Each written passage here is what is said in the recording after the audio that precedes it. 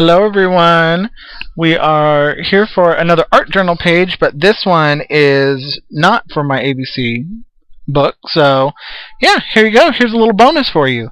This is just some Liquitex Basics acrylic paint I'm scraping on with an old gift card. Get a nice thin layer of it. And then something is happening, I'm sure of it, while my computer freezes. So I sprayed water through a hexagon stencil. You know I love that stencil. It's a Heidi Swapp stencil. And just using a little bit of paper towel, laying it down, and then rubbing on the paper towel helps lift up that design. Sorry if you hear any noise. My son's on my lap watching video. So I'm a dad too, after all. So yeah, just sometimes it takes 2 tries of that spray stencil thing technique.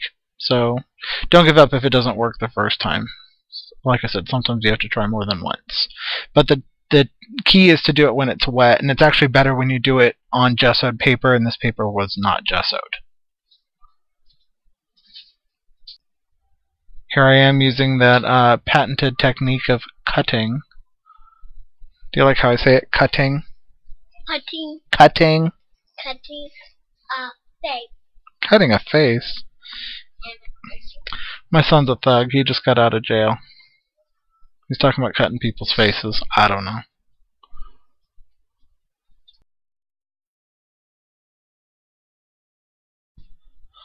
Alright, so I'm just distress inking with black soot the edges of that cutout, which was from the Recollections Midnight Magic, or something like that, paper pack.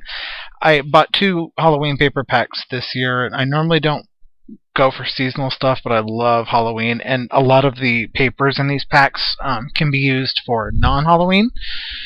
They might just have some like spooky font or something, but you know, you could totally make it work for something else. So I'm using Distress Ink and a Stampability script stamp. You've seen the stamp on my channel 1,000 times. And like I said, I'm using Distress Ink over acrylic paint, which means anything wet's going to pretty much pick most of it up. But I just wanted some background texture, some fuzziness, just so that purple wasn't so pristine. Not that it was overly pristine to begin with, but so I'm using Archival Ink in jet black and this really pretty stamp. It's a, I don't know, something, another stamp. Oh, it's right here. It did not stamp very well, so I just end up like kind of stamping all over the place with just kind of a mess. It's a Stampenda stamp. It's called Raven Background. Yeah, Midnight Magic. That's the name of that paper pack. See? Told ya. So this is the same piece of paper that I cut that lady off of. And I just ripped it off and grabbed my ginormous brand new bottle of matte medium. This is Liquitex Fluid Matte Medium. That's how I'm going to glue that paper down. But first I took my Distress Ink and distressed up the edges. As you can see, I just tore it. Inking your edges really makes a big difference. So if you don't do a lot of inking, give it a shot, because it really does. It makes a pretty dramatic difference. So now, again, I'm using matte medium, the Fluid Matte Medium by Liquitex, to glue down this paper a little bit on the page, a little bit on the back of it, and then over the top of it. Now, because I used that Distress Ink to stamp the script stamp, a lot of it shifted, and it tinted my medium gray, which I was fine with because it just added to the ambiance of the page. As you can see right there, it's kind of gray. But yeah, that's all. It's all good. Came out fine for me.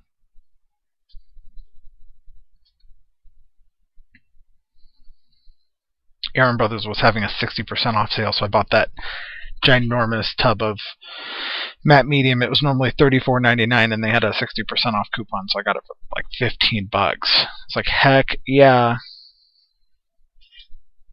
I also got glazing fluid and some FW acrylic, liquid acrylics or some fluid acrylics.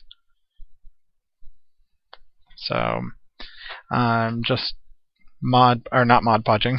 I am using that medium to glue her down as well. Now it's mostly dry. I'm taking a charcoal pencil, and I'm just going around all of the... You're, you're fine. Make a little bit more noise, Jen. Just going around some of the underneath sides, just to create just a little bit of a shadow, just to give it a little bit of dimension, and just to haze it out just a bit.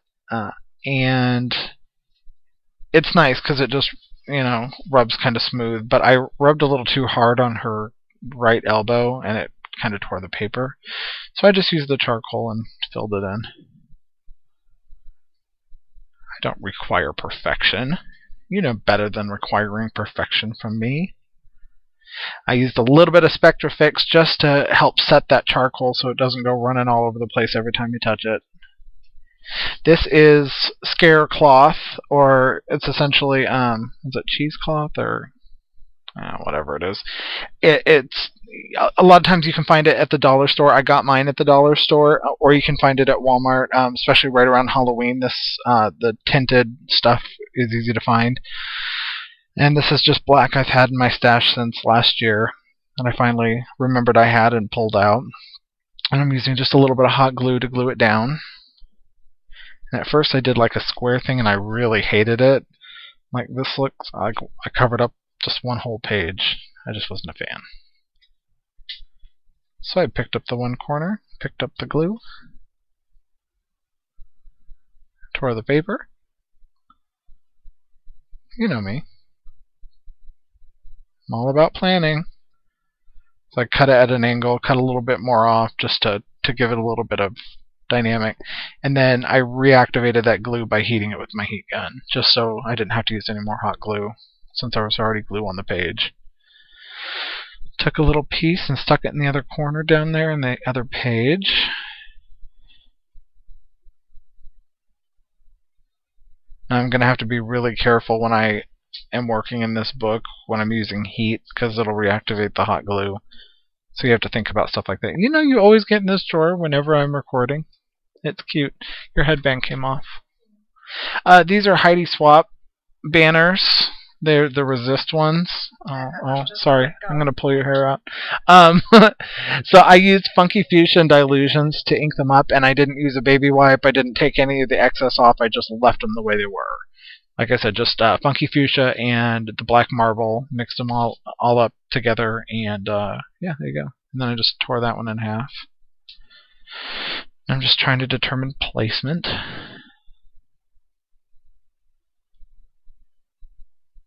That Funky Fuchsia came out awesome.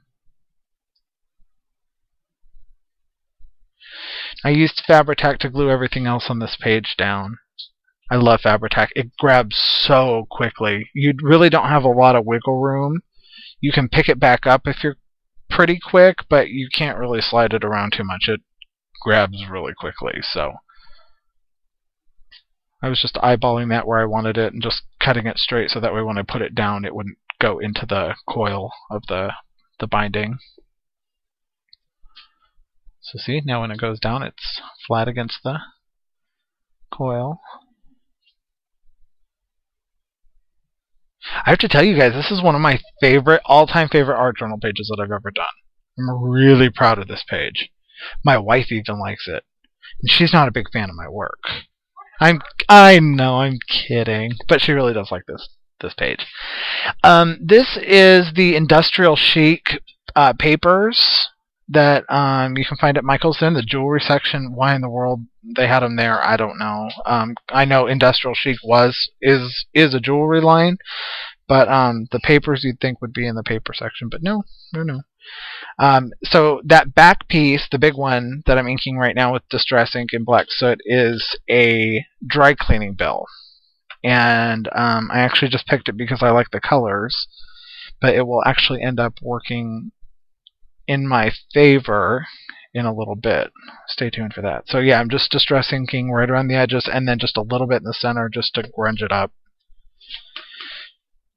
And then this little tickety doodad. I liked these papers because not only did they have like funky handwriting and, you know, weird ticket stubs, but they were also irregular shapes.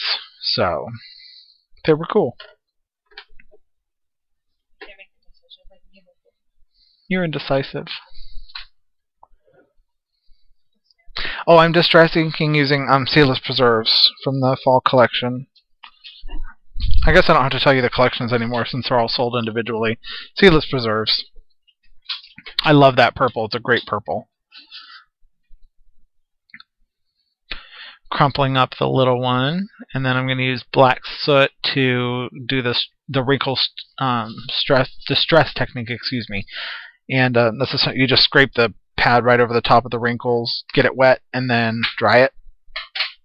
This is a little bit of Pumice Stone, and I just put it right down on my craft mat and flicked it after spraying some water on it. Flicked it onto the paper, and then I was tapping my fingers in it and getting them wet, and just to get a little bit more of that schmutz on there. This is the Pumice Stone again. I'm using a old prescription bottle, and I am just putting a couple of little rings around the edges. These are Bow Bunny rub-ons. The Airmail collection, is that what this is from? Something like that. Airmail, I think. I don't know, don't quote me. I loved that paper line though, it's wonderful. So I just used a bunch of those rub-ons on this. I haven't yet, but I will. You'll see. Include that back piece down. So I'm just selectively trying to determine what I want to stick down and what I don't. I end up cutting some of the rub-ons out so that I can adhere them down individually. But I thought the brown was a good contrast, or that tan color was a good contrast to the black and gray. I didn't want everything to be the same color.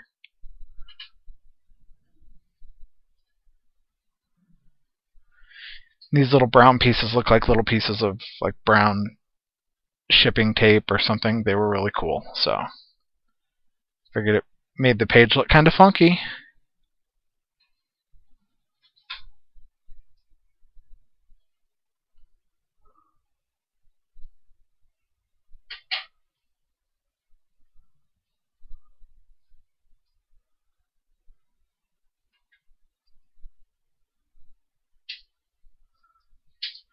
And the little like coffee cup stain ones, I used some over there on the lady, and then I finished up the rest of them on the other side. So you don't have to use your rub-ons exactly as they come. You can use them piecemeal, cut them, change them however you want.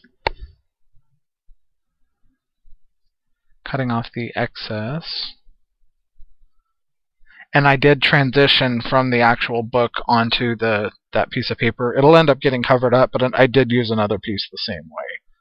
So you can help tie elements together with rub-ons like that, as long as the piece that you're gluing onto is secured to the piece underneath it. Because otherwise they will tear. So I'm just trying to determine placement for this little piece of tape-looking stuff.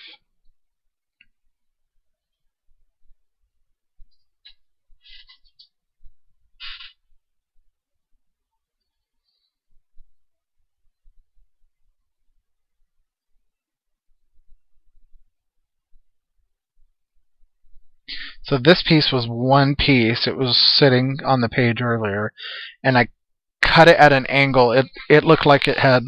And you're back again, huh? I cut it at an angle. It looked like it had a tear. Yeah? Oh. Yeah, you gotta charge it again. My son's DS is dead.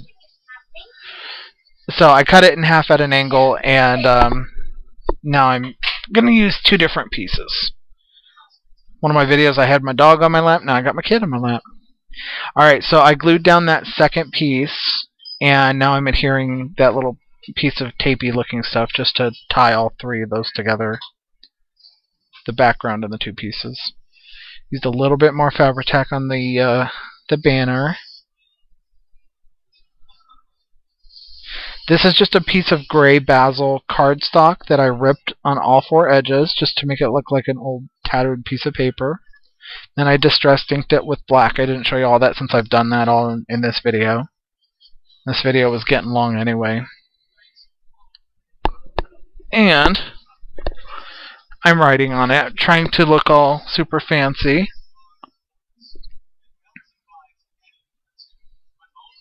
I'm using a white Uniball Signo pen. A lot of people ask about that pen. It's seriously the best white pen available. as far as water-based ink pens go. However, my favorite paint pen has been the Montana white paint pen. It's just really opaque and doesn't get clogged. I store it horizontally, so if you have problems with your white paint pens or any paint pens, I suggest storing them horizontally, so that way the ink doesn't go to one side or dry out the nib. Or your mom's a nib. Don't call me a nib. It's terrible. You're a nib. Yeah, that's what Mom said. Can you believe? So I'm still writing. Sorry, I should have sped this one up a little bit faster.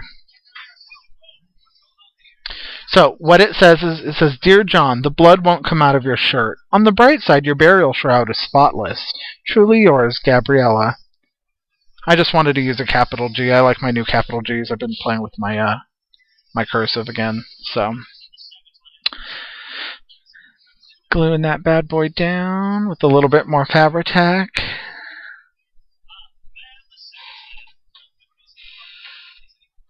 And last but not least, a little black soot distress ink right around the edges.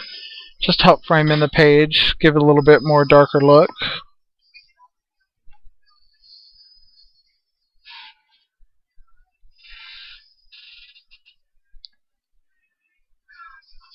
And there you go, guys. That does the what I'm calling the Merry Murderess page. So I hope you enjoyed it, and see y'all soon. Bye.